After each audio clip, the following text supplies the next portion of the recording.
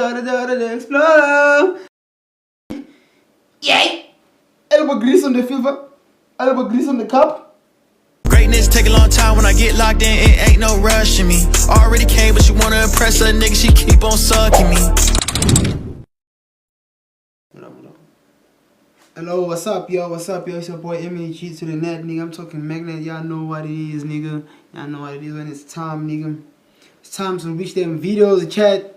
It's time to make all funny ass videos, chat. Hey, chat. Today we'll be reaching 15 minutes of fame. Whether they wanted to be famous or it happened by accident, these viral stars went from regular people to having millions of followers overnight. However, the quicker the rise, the sharper the fall. And today we are going to discuss how these people used their 15 minutes of fame and how nearly all of them ended in disaster, starting with the backpack kid. I don't know the backpack guy. I don't know this. Let me watch the backpack nigga. Matter of fact, it's not even a nigga. The backpack guy, yeah. Let me watch the backpack guy and see what. Making all of the wrong decisions during a brief stint in popularity. Before TikTok became the go-to app to share mediocre dance moves to a global audience, 16-year-old Russell Horning was bored, uploading dance videos to Instagram with zero expectations. Initially, his signature dance style was funny. His core was stiff, his lanky arms just kind of flailed around while he stared emotionless into the camera. Additionally, he often wore goofy outfits and chose to dance to silly songs. Explode. This nigga be crazy as fuck. Video, which led to him gaining a small following on IG, but his entire life changed when Rihanna posted one of his videos to her 54 million followers. She tagged Russell in a post celebrating her Grammy nominations, and he gained over 40,000 followers in one day. To capitalize on the momentum, Russell pumped out as many dance videos as he could, skyrocketing him up to over 500,000 followers. There was one particular dance, called the Floss, that seemed to get him the most views, with many people falsely crediting him as the inventor of the move.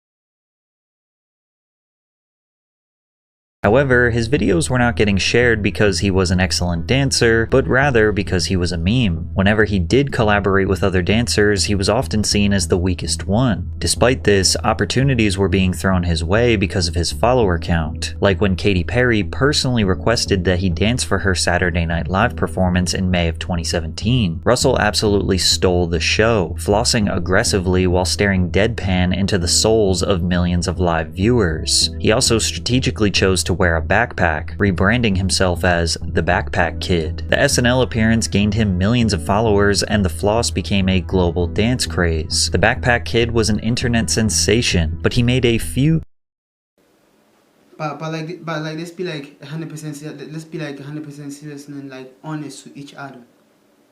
Everyone knows that it's not really that easy, being like given like a lot of money or sign like at an earlier age. Most of the young rappers, young stars, young people like who got famous young, they ended up not like being relevant because like some of them like blew up was just they were not even serious. They were not like practicing like making this music. Like this nigga was like playing, like he was just playing with the mic and then playing with the mic made him a hit song.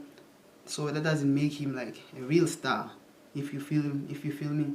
Key mistakes that ultimately led to his downfall. Firstly, Russell took every interview and press opportunity he could get. Viral stars will get thousands of dollars thrown at them just to do collaborations with media outlets, podcasters, or live entertainment companies. So what, you were just getting paid to go show up at parties and shit like that? Yeah, clubs and parties and festivals and performances and stuff. So you just pop out on stage, you do the dance, everybody goes crazy. Yeah. That's pretty much how it goes. Yeah. That's tight. How much can you get to go to a club, if you don't mind letting us know? Manager shakes his head no. Manager shakes his head no. Is it an amount that you're pretty impressed by? Like, are you surprised that you're able to get that much money just to go somewhere? Compared to most 17-year-olds, the money that I make from just one appearance, it could take a 17-year-old forever to make that much money. It's hard to blame someone for making easy money. Then again, the overexposure bothers people because they perceive Russell as a one-trick pony who doesn't deserve thousands of dollars or recognition from these big platforms. Remember before the internet when you actually had to do something to get famous? But then reasonable criticism turned into straight up hatred. He looks like one of those inflatable aliens you win at an amusement park. This kid-man-child thing scares me. Since he became famous for literally one thing, he had to branch out and try to find other ways to entertain his audience. So he decided to pursue music, releasing one of the worst songs of all time, Flossin'. Although Russell claimed that he was passionate about music, his songs felt like someone who was barely trying or maybe even just joking, rather than a serious artistic endeavor. Virality made Russell feel pressured to just keep doing what is paying the bills, so he resorted back to his one dance move, which ultimately led to a situation where he tried to perform on a stage that he was not wanted on.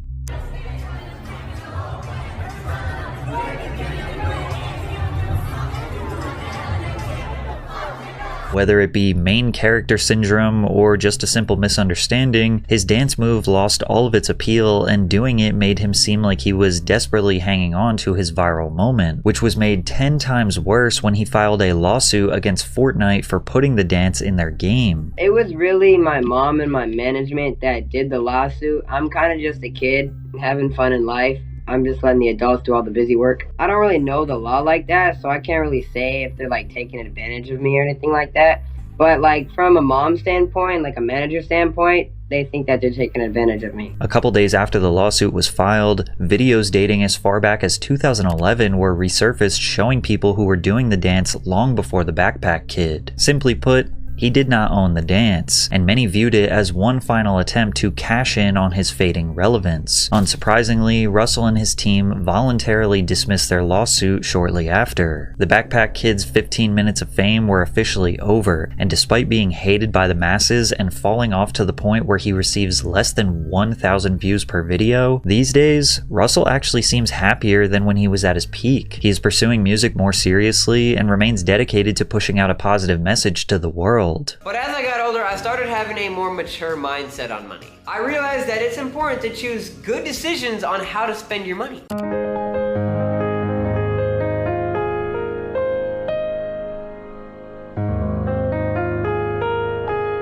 I was just invited to do an anti-vaping commercial for the American Lung Association. And of course my first thoughts were, oh yeah, cause I don't vape, I don't smoke, I definitely don't encourage it. Then again, he openly accepted the opportunity to be on Kai Cenat's stream where he was absolutely embarrassed by Drewski.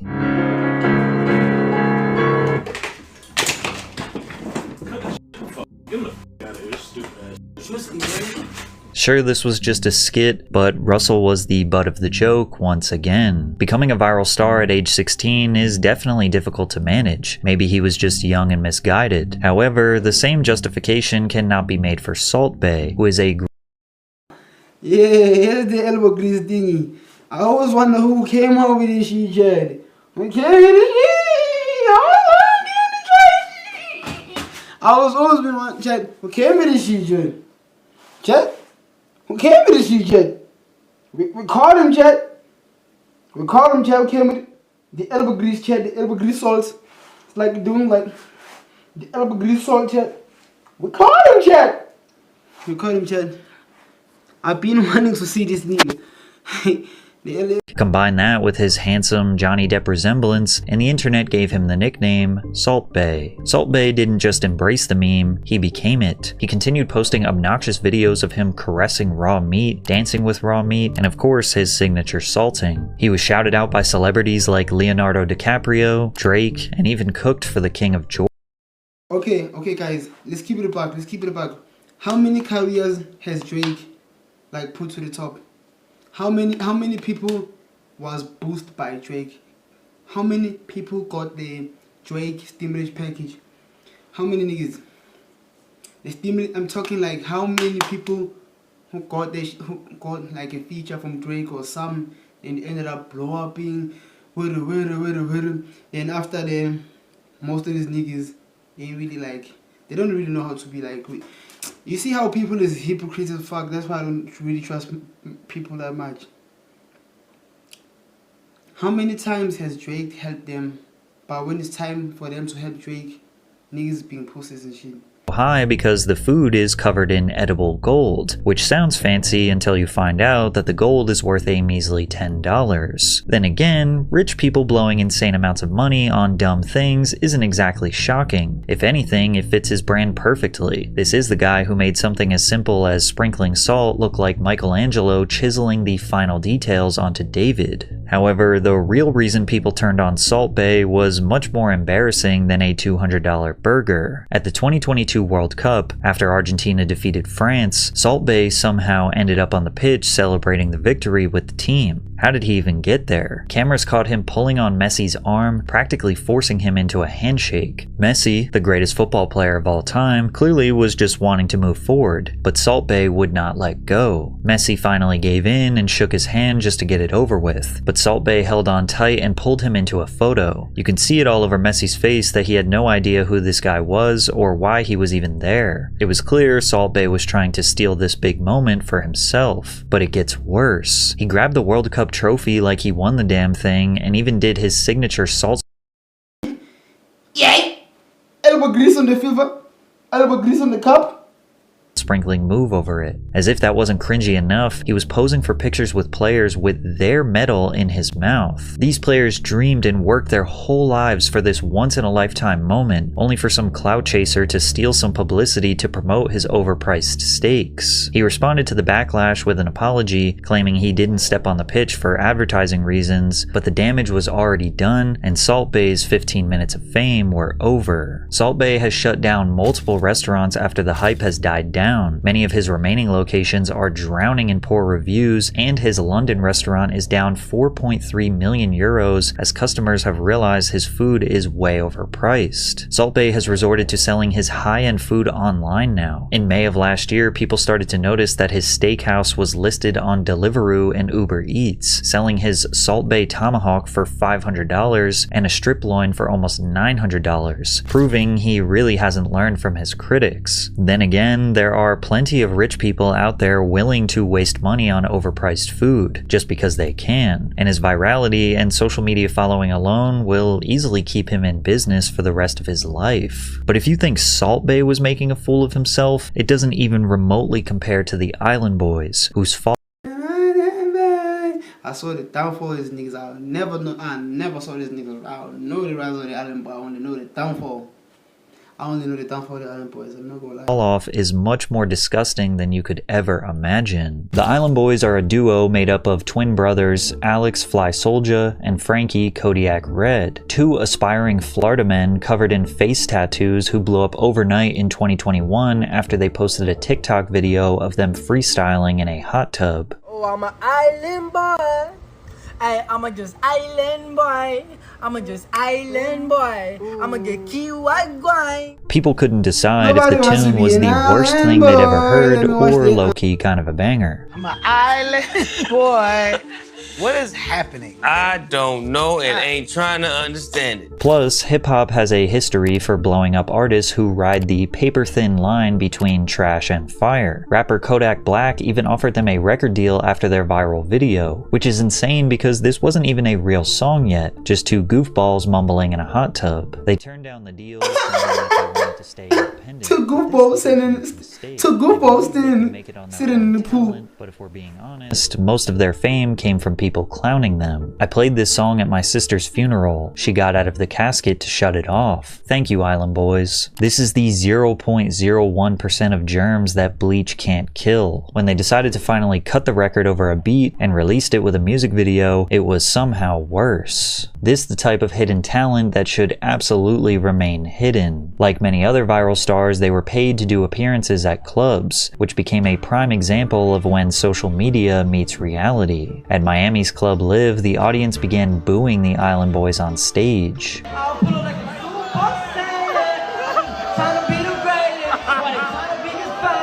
Once music fans realized the Island Boys had no capability of making a somewhat decent song, there was really no reason to pay attention to them, and their 15 minutes of fame was about to be up. The boys needed a new way to profit from their fame, so they began selling personalized videos to fans on Cameo, which apparently was very lucrative according to their previous manager. They owe me about like $150,000. From what? Your percentage of the Cameo money? Yeah. Is that the only money they're bringing in?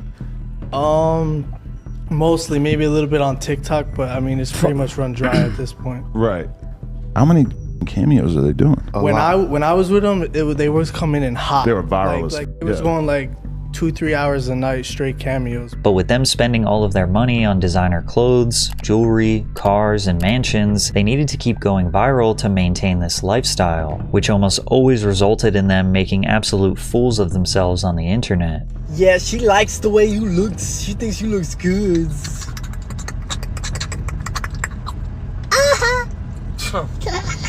They also might have needed some money to hire security because the gangster persona was not convincing enough.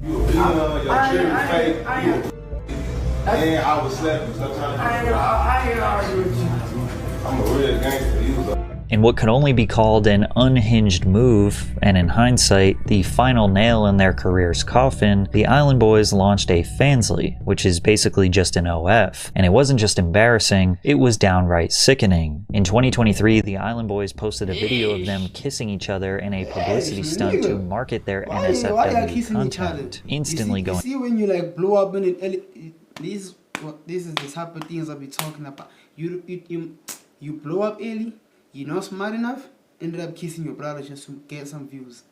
And that should be dumb as fuck. You can't do cringy TikToks and post if you want, but that's like too cringy, chat. I'm not gonna lie, that's really too cringy. That's too cringy, that's too cringy. That's too cringy. Viral for the second time, the video got them a huge amount of backlash, with many calling it outright incest, which it is. The twins insisted it wasn't sexual and was only meant to get a reaction, claiming that they just wanted to see how effed up this world is. And it turns out they were right about this world, because after their kissing stunt, it was reported that the Island Boys made almost $400,000 in 3 months just on their NSFW content, temporarily funding their lavish lifestyle. But of course, this resulted in more public humiliation. What's going on with the shit that's with you two kissing each other and shit? Bro, shut your ass up before I break this. Dude, hey, yo, that ass, I would love to see you try that shit. Bro, what are you talking about? I would love to see you try that shit. Who the f are you standing up in front of the Bro, what?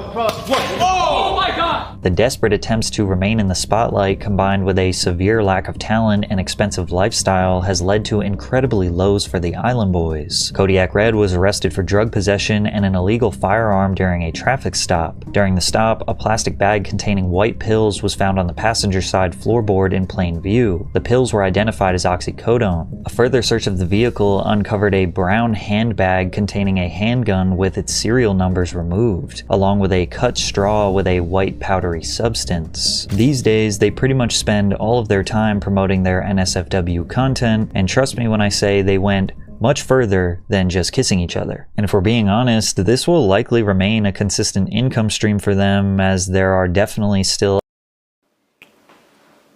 Okay, I think I'm gonna end this. I'm going to end it right here, chat. If you are already watched the video to the end, make sure to like, subscribe, hit the subscribe button, and comment below which video